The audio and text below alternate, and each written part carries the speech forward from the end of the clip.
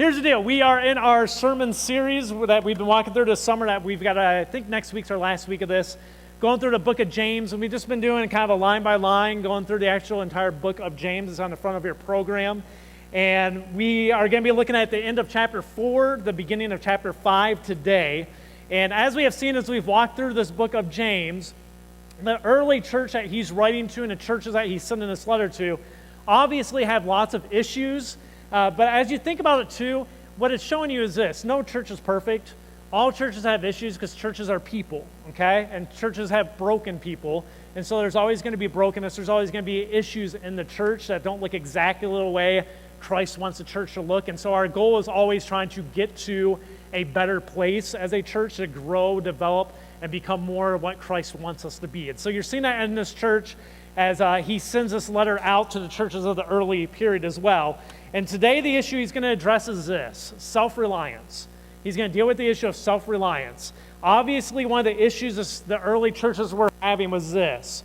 They had a bunch of people on them that claimed to be Christians, that were wearing the name Christian, but then at the same time were acting as if they were the ones that controlled the future, okay? So they were going, I'm a Christ follower, but I'm also thinking that I'm the one who controls the future. Now, here's the thing. Who you believe can control the future makes a huge difference in how you live your life on a daily basis. Who you believe can control the actual future makes a huge difference in how you live on a daily basis. If you are someone that believes you can control the future, what happens is this: you start to see people simply as tools or obstacles to get to your desired ends.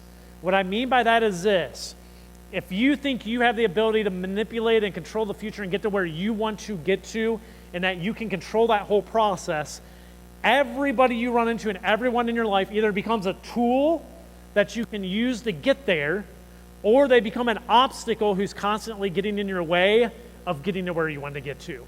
And so you view people a certain way if you think you control the future. At the same time, if you believe God is the one who can control the future, then what happens is you start to see people differently, and you see individuals as people who need to be loved and valued. You start looking at people and going, I have to love people and I have to try to give them value in their life. Why? Because that's what Christ calls us to as Christians, is we are to love others and we're supposed to point them to God where they can find their value, all right? So if you think God controls the future, you will have that mindset towards people, and then you trust God to secure your future, that God will take care of future things. God will control those things. God's the one that has control of that stuff. Who you believe can control the future will determine how you interact with the world around you. And that's what James is going to hit on today. So, on the front of your programs, or it'll be up here on the screen, we're going to look at what he says, starting in chapter 4, verse 13. And here's what he says. He says, "Look here, you who say, today or tomorrow we are going to a certain town, and we will stay there for a year. We will do business there, and we will make a profit." So the first thing he hits on here is just a simple planning. How many of you have had thoughts like this before, where you've actually thought about what you want to achieve in the future, at least a few months out to a year out? How many of you have had thoughts and put plans into place? Most of us, if you're Americans, I would assume you've done this, okay? Because really, here's the deal. This is what separates the first world from the third world in thinking. Third world, if you've never been to the third world or interacted with people of the third world, they don't actually think a whole lot beyond the day. And that's one of the reasons they're third world, is their entire daily process is, how do I survive the day? How do I get water? How do I get food? How do I feed my family? Just for today, how do I get through that? First world countries and first world thinkers, those things we don't have to worry too much about because we can provide them when we have them in abundance.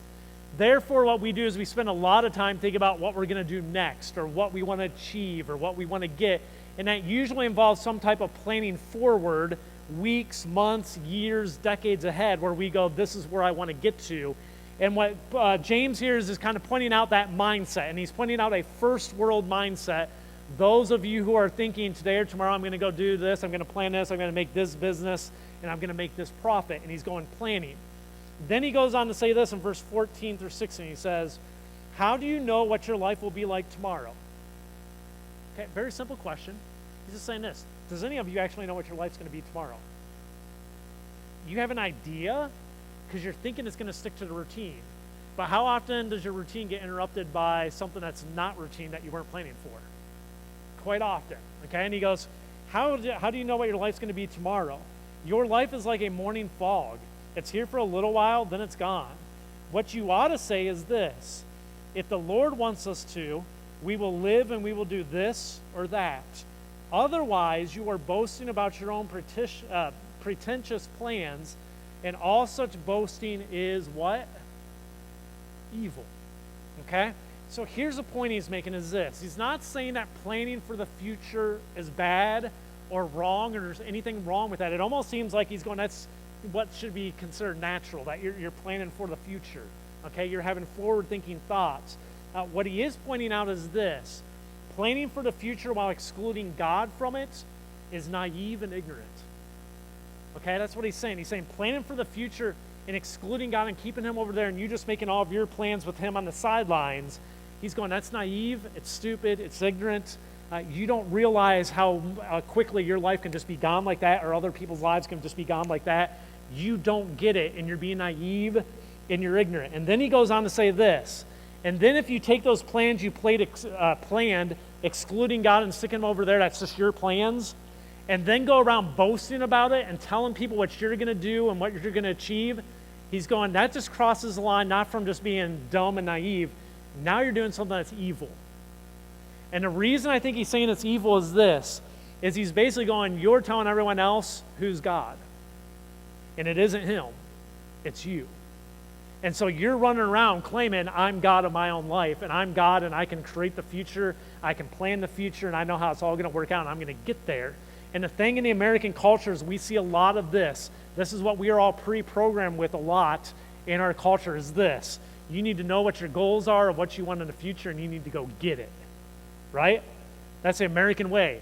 You go with where you want to get to, and you go get it. And going, okay, not all bad, but when God's not mentioned in that phrase, it's now bad.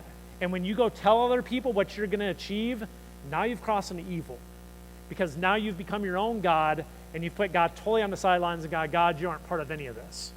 Okay?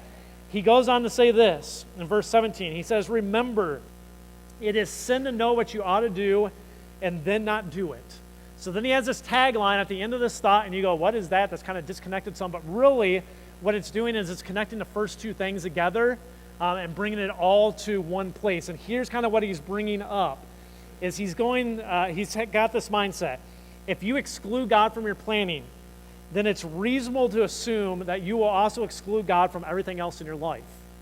And it's also reasonable to assume, which is this: if God comes in and tries to interrupt your desires and your plan, so he comes in and says, I want you to do B, and you're going, but my plan's A. James is making a point. You know what you're supposed to do, which is good, which is of God. But if you excluded God, which one are you going to pick? It's reasonable to assume you're going to go with A. Why? Because you've already made yourself God. You've made it clear that you're the God and that he's a side item in your life. And so what he says here is, remember, it is sin to know what you ought to do. It's sin to know what God wants you to do and then not do it because you're going to pick your path over his. And so he's kind of connecting the two things on. You got to be very, very careful with your plans, with your desires, where you want to get in your life. Because if you are excluding God from it, what you will do is you will exclude God from every other area of your life. And you will ignore his voice, you will ignore his leadings, and you will put him so far off that you don't even know who he is anymore, because it's all about you. And James is warning us, don't be that person, okay? Because what he's going to do next is this. He's now going to talk about certain rich people, and he's going to talk about people who went with that first mindset where they excluded God in their planning, got their own plans, and went, I'm going to achieve my plans in spite of God, and I don't care what God thinks, and they've become rich. And so he's going to address these people, and these rich people are typically the way he's kind of describing them. They got rich because they oppressed others or they're taking advantage of others. They didn't get rich because they did good things. They didn't get rich because they had an honest business. They got rich because they were oppressing others or they were taking advantage of others. That's how they attained their money. And now God, their God has become their money. That is the thing that's going to take care of them. That is the thing that they hold on to. They have their faith in, is their money. That's my God now in their life. And what James is going to do is he's going to come in and like slap them and be like, I got to try to wake you up. And here's what he says, starting in chapter 5. He says, look here, you rich people. Weep and groan with anguish because of all the terrible troubles ahead of you. Your wealth is rotting away, and your fine clothes are moth-eaten rags. Your gold and silver are corroded. The very wealth you were counting on will eat away your flesh like fire. Okay? So he's making a point to these people. He's kind of going, hey, you rely on everything, on this wealth, your clothes you have, the property you own, the possessions you have attained. You rely on all that, and you're counting on all that to find meaning in life and to carry you through into the next life even, because it's become your God. And what he's saying is these people at some point are going to wake up to mortality. And when they start looking at those things through the lens of mortality, they're going to realize how fruitless, how worthless all those things are, and they have very little, if any, value at all. Because when you look at things in the light of mortality, none of that stuff can go with you. And he's going, but you people, you've put all of your eggs in that basket of all the things of this world. And he's going, it's not going to work out well for you. Okay? He goes on to say this. He says, this corroded treasure you have hoarded will testify against you on the day of judgment. So he's saying here, you were hoarding it to yourself when you could have helped others. And your abundance you kept to yourself instead of trying to benefit other people's lives. So this corroded treasure that you have hoarded will testify against you on the day of judgment. For listen, hear the cries of the field workers whom you have cheated of their pay, the cries of those who harvest your fields and have reached the ears of the Lord of the heaven's armies. You have spent your years on this earth in luxury, satisfying your every desire. You have fattened yourselves for the day of slaughter. You have condemned and killed innocent people who do not resist you. Okay? Pretty bold, right? James, as I said again, his entire letter is a guy who's straightforward. He is blunt. He is straight to the point. He doesn't pull back punches. And he doesn't do it again here to these rich people. And he's going, you better rethink yourself. And I describe this as he's basically telling them you need to have a come to Jesus moment. All right? So has anyone here had a come to Jesus moment in their life? Those are hard times, but they're good times because they usually send you on a different path. And that's what James is trying to do is you people better figure out your garbage. You need to figure out what you're doing in your life, and you need to get right with God, because if you continue to focus on this stuff, you're going to find out you are empty-handed. And at the end of the day, you're going to come stand before me, and I'm going to go, you lived your days in luxury there, and guess what you're going to get now? And he's being very point-blank blunt to these guys. Now, he's going to shift from that, and he's going to go back to talking to us, okay, as Christians in the church. And he's going to remind us that we have to keep our eyes on the bigger picture of things, that we got to keep our eyes on the bigger picture of what's happening rather than perceiving success and failure based on an individual's wealth and what they've acquired. So the world's way of looking at things, and we could even look in our congregation, we look at each other and we go, who has succeeded in life and who's been successful in life? And the way we measure it is by what you own, how much money you have in the bank, maybe what education levels you got. That's how we judge it in the world. That's how we judge each other. If you leave the church and take God out of the mix, that's how everything is judged in the world. How much money do you have? What possessions do you own? What education level do you have? What are the things that you can show me to show that you've been successful? And James is going to say to us Christians, hey guys, keep your eyes on the bigger picture. That is not the stuff that defines who is successful and who's right with God. Keep your eyes on the bigger picture. The bigger picture is this, that this is not our home and that real wealth is stored up in heaven. That's the bigger picture, because real wealth is stuff that's eternal, stuff that will be rewarded to us when we leave this place. And a lot of that comes down to how we treat our fellow brothers and sisters, okay? How we treat the people around us in this world. Here's what he says. He says, dear brothers and sisters, be patient as you wait on the Lord's return. Consider the farmers who patiently wait for rains in the fall and in the spring. They eagerly look for the valuable harvest to ripen. You too must be patient. Take courage, for the coming of the Lord is near. Do not grumble about each other, brothers and sisters, or you will be judged. For look, the judge is standing at the door. Okay, so now he preaches patience, and he's letting you know this. Patience are key for a Christian. We talked about this last week in the Music with the Minister week. How important having patience is and waiting on the Lord and trusting in the Lord is to the Christian life. And he's making this point. If you don't keep your eyes on the bigger picture, Christians, what happens is a natural response amongst us will be is grumbling. That's a natural response when you don't keep your eyes on the bigger picture, is you start to grumble because you start to notice all the unjust life outcomes that happen in our world.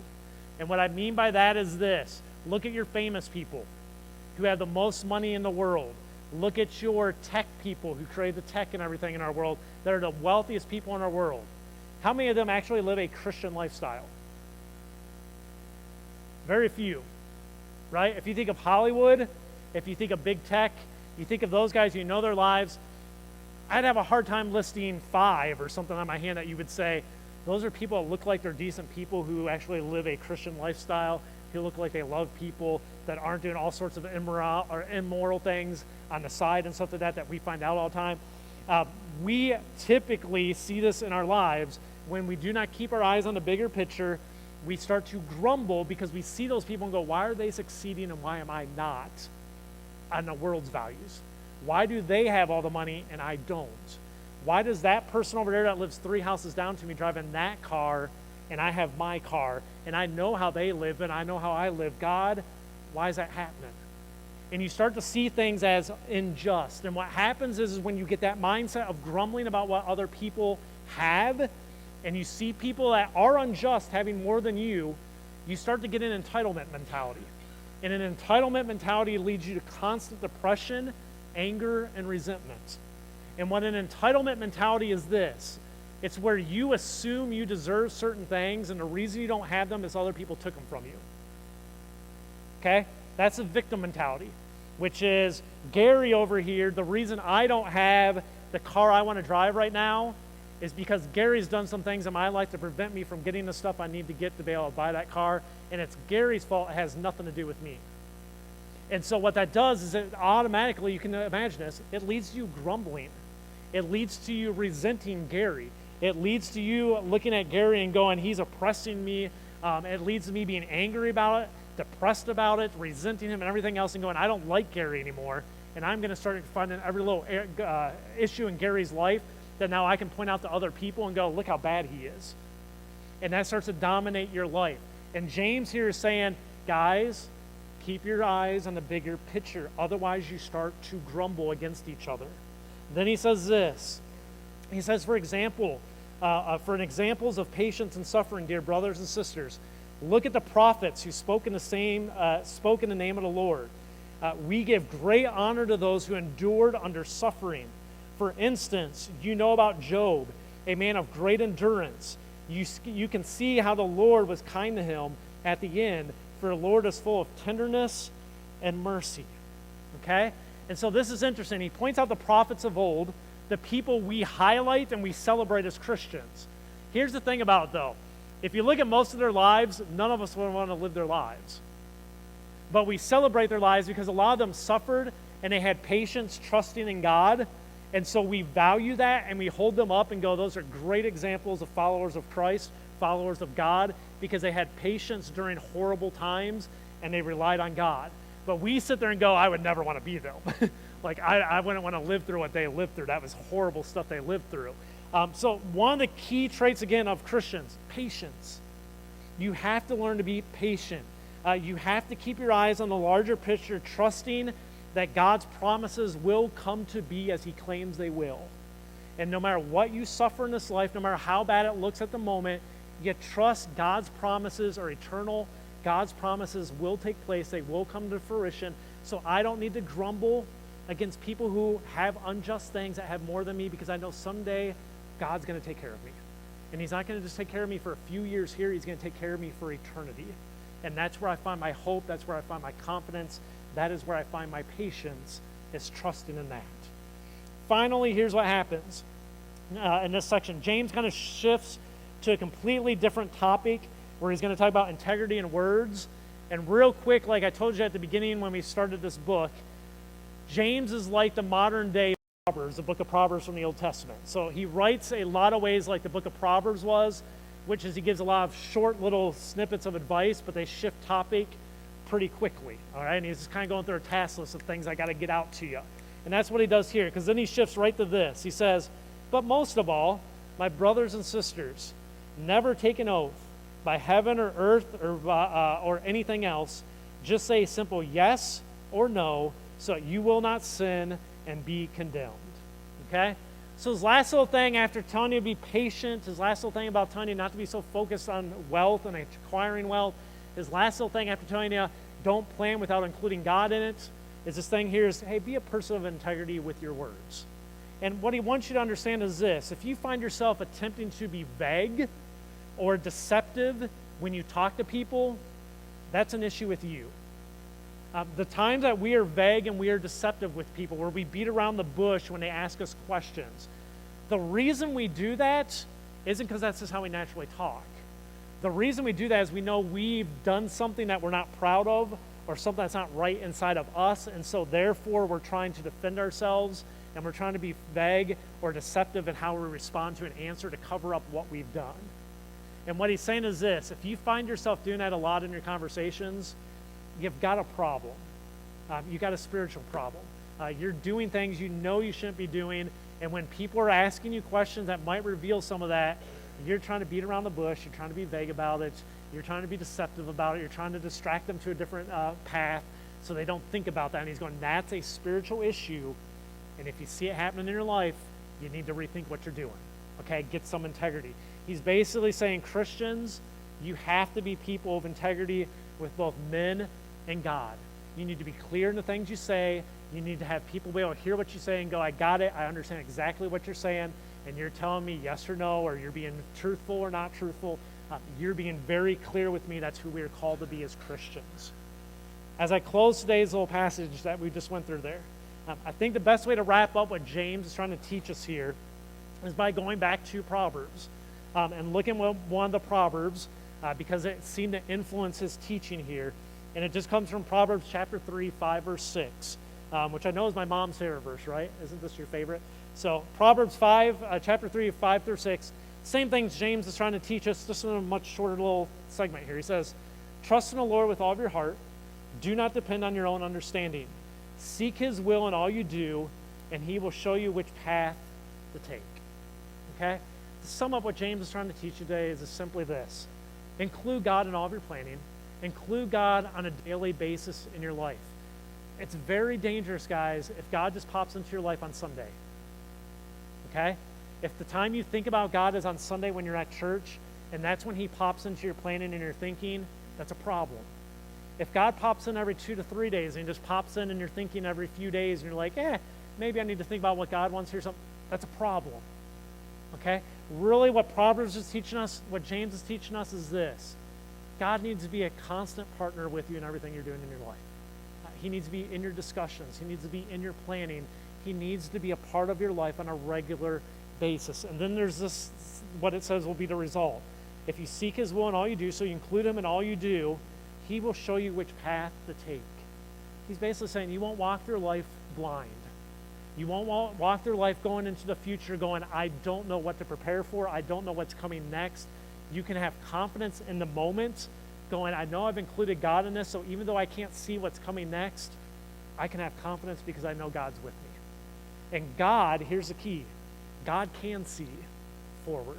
God can see of your 15 options, what's the best one to lead you to. If you don't include God with that, you're basically taking dice and just rolling them and going, hope it works out. But if you include God on a regular basis, you know you're not just rolling dice anymore. You're being led by the guy who can go, of the 15 options you got, that's going to be your best outcome. Go that way. And you know when you take that path, you know, I can feel confident about this because I know God can see what I can't, and God loves me, and God wants to lead me to a place that's most fruitful, not just for success here, what's most fruitful for his eternal kingdom, which is where we find our true value.